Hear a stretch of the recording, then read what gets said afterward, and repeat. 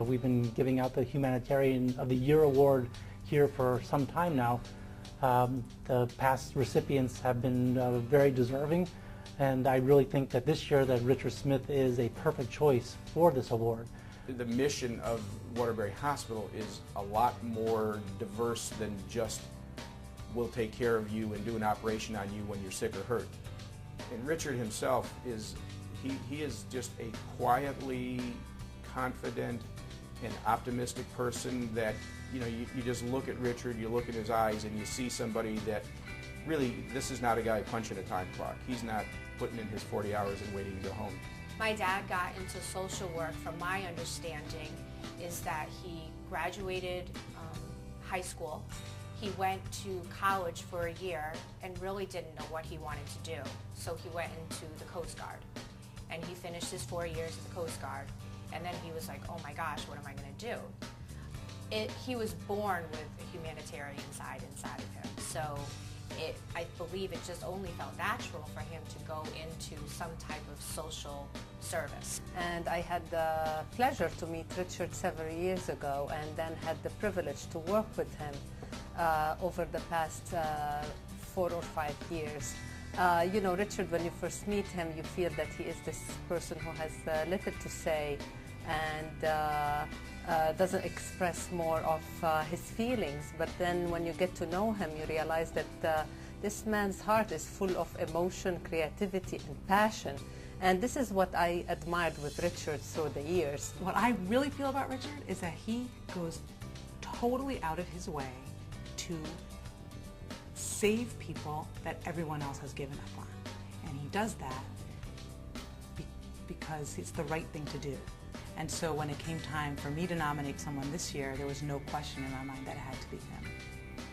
My dad took up an interest in photography and thought that it would be beneficial for his patients. He has this photography class that just brings out the best in me and the rest of the class that's involved in this photography class.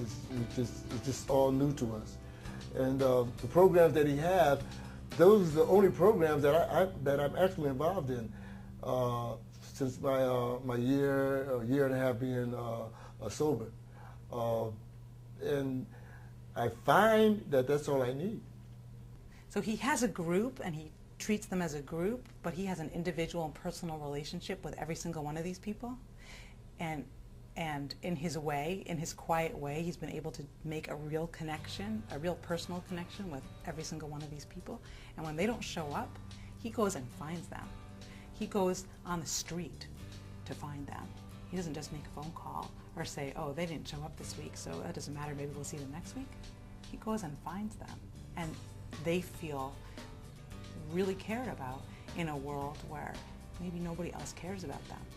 You know, a couple of things that stand out is that Richard gets very excited about his ideas, and it's been really a pleasure to have him come to us saying, I've noticed this, I've noticed that many of our patients are victims of domestic violence, and I think that that's contributing to their substance abuse, and I'm seeing this theme in our patients, and I'd like to do a support group. And to have somebody come to you with that excitement about wanting to help people because of something they've observed in their clinical experience is fantastic. When he's doing his mental health and substance abuse groups, that there is a lot of child abuse, that these people, most of them, were dealing with a lot of child abuse, and that's why they are using drugs. And so he decided to create, you know, a group which is a sort of a self-help group dealing with child abuse. So this creativity and this passion to what he does, yet using all, you know, the intellectual or the written or evidence-based medicine to help him, helping patients, it's unique. I was born in actually New Haven, Connecticut, but quickly moved to New Hampshire. My mother was from New Haven, my father from New Hampshire. We had sort of an idyllic life. I was the oldest of 5, 2 brothers, 2 sisters. We have many lakes, one very large one, so that occupied us during the summer. At Yale, my first job there was with a pediatric oncology program, the pediatric cancer program. And that's before a lot of treatment was, it was not as good as it is today.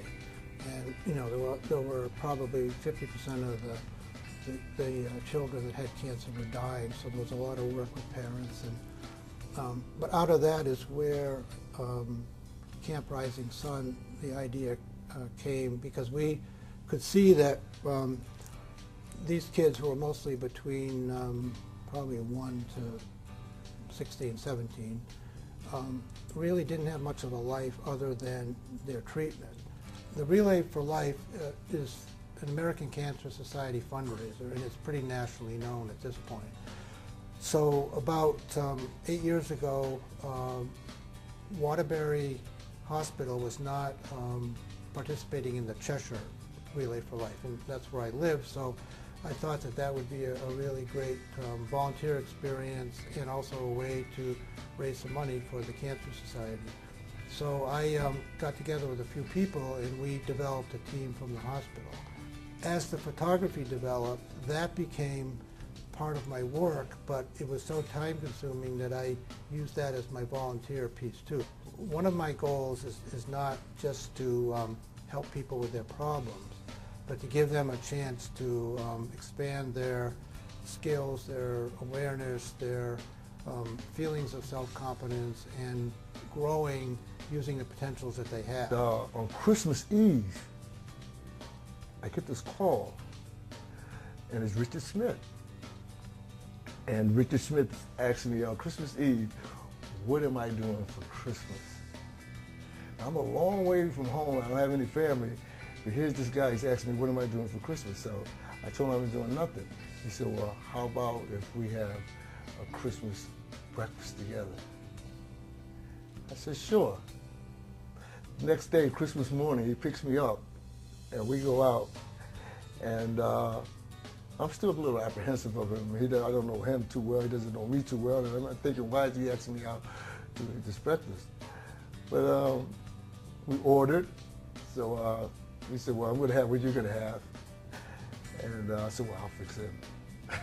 So I ordered a stack of pancakes. And I said, yeah, I'll relax that. And man, listen, he put down more pancakes than I did, man. I heard about the humanitarian award, okay? And you can quote me on this. This is what I think it should be named, the Richard Smith Humanitarian Award of the Year, okay?